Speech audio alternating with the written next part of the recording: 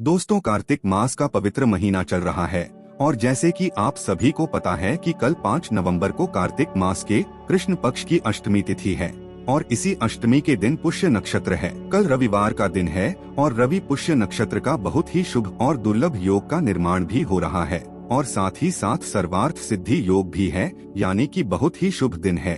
और इसी शुभ दिन पर मैं आपको 3 ऐसे उपाय बताने जा रहा हूं जिसे आपको इसी दिन करना है। दोस्तों, आज के इस वीडियो में हम जो आपको 3 उपाय बताएंगे, इसे आप पुष्य नक्षत्र के दौरान भी कर सकते हैं और सर्वार्थ सिद्धि योग में भी इस उपाय को कर सकते हैं। कल अहोई अष्टमी है और इस दिन जो भी माताएं अपने बच्चों को सुधारना चाहती हैं या अपने बच्चों की तेज की वृद्धि करना चाहती हैं ताकि वह तेजस्वी बने, गुणकारी बने, सुखकारी बने, जीवन में किसी भी प्रकार की उनके जीवन में कष्ट न आए, तो आपको ये उपाय जरूर करना चाहिए। तो आज के इस वीडियो में जो 3 उपाय बताने जा रहे हैं, उसमें सबसे पहला जो उपाय होगा वह 41 चने की दाल का महाउपाय होगा, जो कि आपको कल रविवार की अष्टमी के दिन करना है। दूसरा जो उपाय होगा वो सूर्य देव को विशेष अर्घ्य देना है, मात्र 3 चीज डाल करके। देखिए, कल पुष्य नक्षत्र है और पुष्य नक्षत्र में विशेषकर 3 चीज डाल करके सूर्य देव को अर्घ्य देना है और आपका भाग्य चमक उठेगा।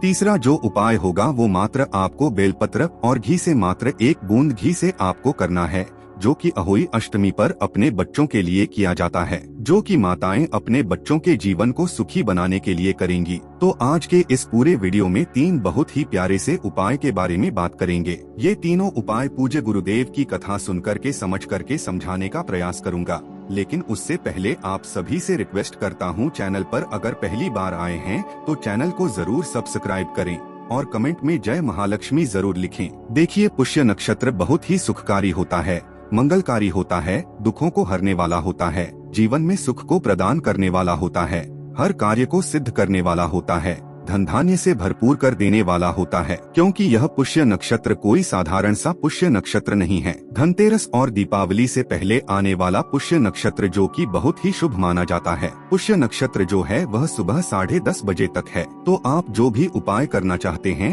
आप भले दिन भर में कभी भी कर सकते हैं, क्योंकि कल तो अष्टमी तिथि भी है, लेकिन हो सके तो आप पुष्य नक्षत्र में करें। अगर पुष्य नक्षत्र में किसी कारणवश नहीं कर पाते हैं तो आप बाद में भी ये उपाय कर सकते हैं। सबसे पहला उपाय रवि पुष्य नक्षत्र का शुभ योग है और आपको पहला उपाय 41 कोटि व चने की दाल का महाउपाय करना है। देखो, आपको क्या करना है, आपके घर में 1 कटोरी लेना और कटोरी के अंदर जल या तो कच्चा दूध हो तो कच्चा दूध ले लें, जल हो तो जल ले लें और थोड़ा सा लेना जल और कच्चा दूध और उसके बाद आपको 41 कोटि वन चने की दाल आपको उस जल के पात्र के अंदर अर्पित कर देनी है। देखो, ये उपाय विशेषकर कब होता है, जब पुष्य नक्षत्र रविवार के दिन पड़ता है, जब पुष्य नक्षत्र गुरुवार के दिन पड़ता है, जब अष्टमी तिथि रविवार के दिन पड़ती है, जब अष्टमी तिथि गुरुवार के दिन पड़ती है, तब ये उपाय होता है। बहुत ही सुखकारी उपाय है। करना क्या है, चने की दाल आपने डाल दी, साथ में लेना है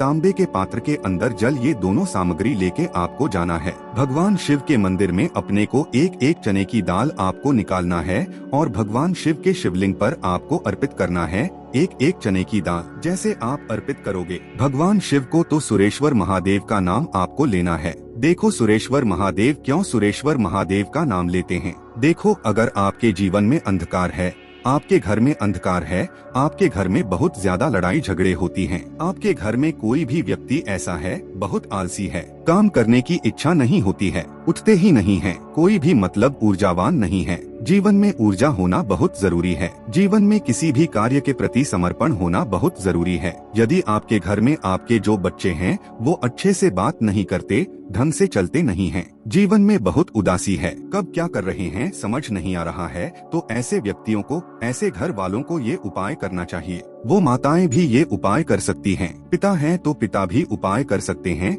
या घर का कोई भी व्यक्ति ये उपाय कर सकता है। मात्र 41 चने की दाल आपको सुरेश्वर महादेव के नाम से अर्पित करना है। देखो, अगर 41 चने की दाल नहीं ले सकते हो तो 7 चने की दाल भी ले सकते हो सेवन, लेकिन 41 लेते हैं तो सबसे ज्यादा शुभ होता है। चने की दाल खंडित नहीं होनी चाहिए। एक करते हुए सुरेश्वर महादेव का स्मरण करते हुए भगवान शिव के शिवलिंग पर आपको अर्पित कर देनी है। अब आपको क्या करना है, जो तांबे का पात्र है उसके अंदर जल भरा हुआ है। अब इस तांबे के पात्र का जो जल है भगवान शिव के शिवलिंग पर श्री शिवाय नमस्तुभ्यं का जाप करते हुए आपको अर्पित कर देना है। बस इतना सा उपाय करना है। आपके घर की जो भी परेशानियां हैं वह आपको महादेव से बोलना है। देखो, पुष्य नक्षत्र के दिन चने की दाल आप चढ़ा रहे हैं। चने की दाल का रंग होता है स्वर्ण सा और पुष्य नक्षत्र भी होता है स्वर्ण सा। तो देखो कितना बहुत ही शुभ योग बन रहा है, क्योंकि रविवार का दिन और रवि और ऊपर से ऊपर रविवार का दिन है और वह भी अष्टमी तिथि है। आप यह उपाय करें, धन संबंधित परेशानियों को दूर करने के लिए करें। जो भी जीवन में परेशानी आ रही है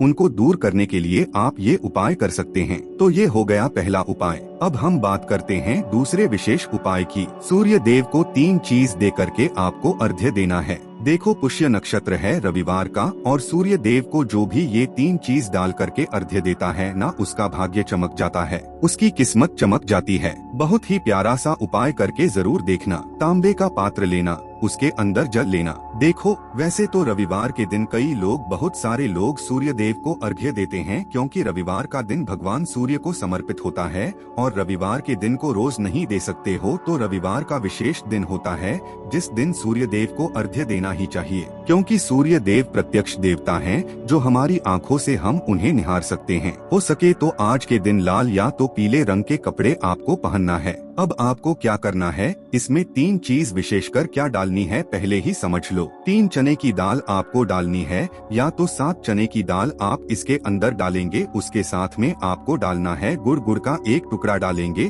और साथ में डालना है काले तिल। ये 3 विशेष चीजें होती हैं जो कि आज के दिन आप सूर्य देव के अर्घ्य के लोटे में डाल देंगे। काले तिल जो होते हैं वह कर्जों से मुक्ति कराते हैं। कार्तिक का पवित्र महीना चल रहा है और काले तिल भगवान विष्णु को बहुत ज्यादा प्रिय हैं और इसीलिए काले तिल का उपयोग हम करते हैं। पुष्य नक्षत्र का शुभ दिन है, इसीलिए 3 चने की दाल स्वर्ण नहीं डाल सकते। आप तो कम से कम चने की दाल डालिए, 3 नहीं तो 7 चने की दाल डालिए, तो यह पुष्य नक्षत्र की एक विशेष चीज हो जाती है। साथ में गुड़, गुड़ का जो रंग है वह सूर्य का समान है, तेजस्वी है और इसीलिए 1 टुकड़ा गुड़ का।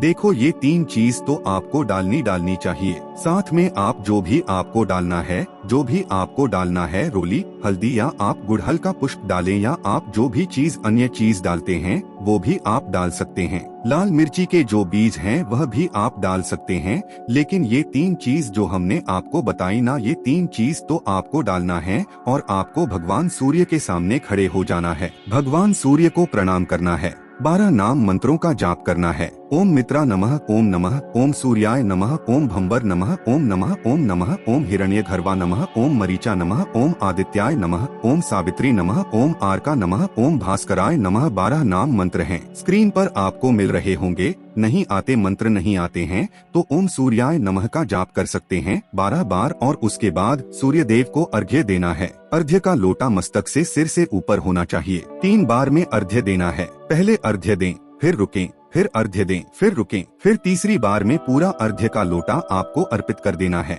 अर्घ्य देते समय अगर अर्घ्य का मंत्र आता है आपको ही सूर्य सहस्त्रांशु, जो राशि जगतपति, अनुकंपा या मान भक्त या ग्रहण आदिदेव दिवाकर, अगर इस श्लोक का आपको जाप आता है तो यह कर सकते हैं। नहीं तो आप ओम सूर्याय नमः का जाप करते हुए आप अर्जी दे सकते हैं। अर्घ्य देने के बाद सूर्य देव को प्रणाम करें। जीवन में तेज आए, आपके जीवन की जो भी रोग हैं वह दूर हो जाएं। सूर्य देव को अर्घ्य देने का सबसे मेन उद्देश्य यही रहता है कि शरीर के रोग दूर हो जाते हैं, क्योंकि निरोगी काया होगी ना तो आपका जीवन सफल हो जाता है। तो निरोगी काया के लिए सूर्य देव को अर्घ्य देते हैं। जीवन में तेज की वृद्धि, चारों 10 दिशाओं में आपकी उन्नति हो, नाम हो, वर्चस्व पहले, इसलिए आप सूर्य देव को देते हैं। आपके काम में कोई भी अड़चने न आए, इसलिए आप सूर्य देव को अर्घ्य देते हैं। और अर्घ्य देने के बाद वहीं पर सूर्य देव को प्रणाम करें और उसके बाद सूर्य देव की आपको 7 बार 7 टाइम्स आपको परिक्रमा करनी है। जहाँ पर खड़े हैं वहीं पर घूम जाएं। गोल गोल गोल गोल करके 7 बार आपको परिक्रमा देनी है। ओम सूर्याय नमः का जाप करते हुए। तो यह हो गया दूसरा उपाय जो कि इस पुष्य नक्षत्र,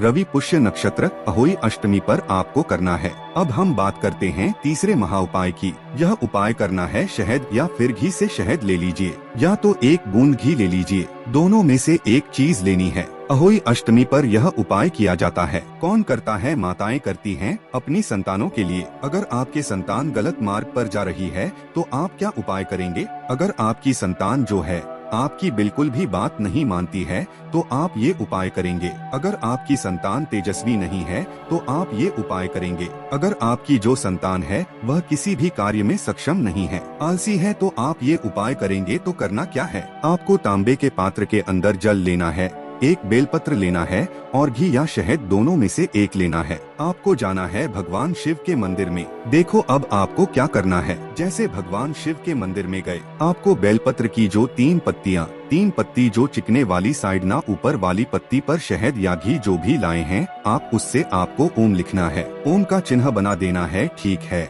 और इधर माता पार्वती के नाम की टीकी लगाना है और इस साइड भगवान गणेश और रिद्धि सिद्धि का आप स्मरण करें और टीके लगा दें। अब यह जो बेलपत्र है भगवान शिव के शिवलिंग पर आपको अर्पित करना है। आपकी संतान सुखी बने, संपन्न बने। आपके संतान के जीवन में जो भी कष्ट आ रहे हैं, परेशानियां आ रही हैं, वह दूर हो जाए। अगर आपकी संतान बात नहीं मानती है, जो भी आपकी इच्छा है, जो भी कामना है, वह बोल करके यह एक बेलपत्र भगवान शिव के शिवलिंग पर आपको अर्पित कर देना है। अहोई अष्टमी पर रविवार का दिन भी है और शहद और घी का तो उपाय आपको करना ही चाहिए जैसे आपने अर्पित करा। उसके बाद जो तांबे का पात्र है उसका जो जल है भगवान शिव के शिवलिंग पर श्री शिवाय नमस्तुभ्यं का जाप करते हुए आपको अर्पित कर देना है और यह सुंदर सा उपाय करना है। कार्तिक मास का पवित्र महीना, पुष्य नक्षत्र का शुभ दिन, रविवार का शुभ योग, रवि पुष्य नक्षत्र, अहोई अष्टमी, और यह सुंदर से उपाय आपको करना है। अगर आपको कुछ भी चीज समझ में न आए तो एक बार कमेंट में पूछ लेना।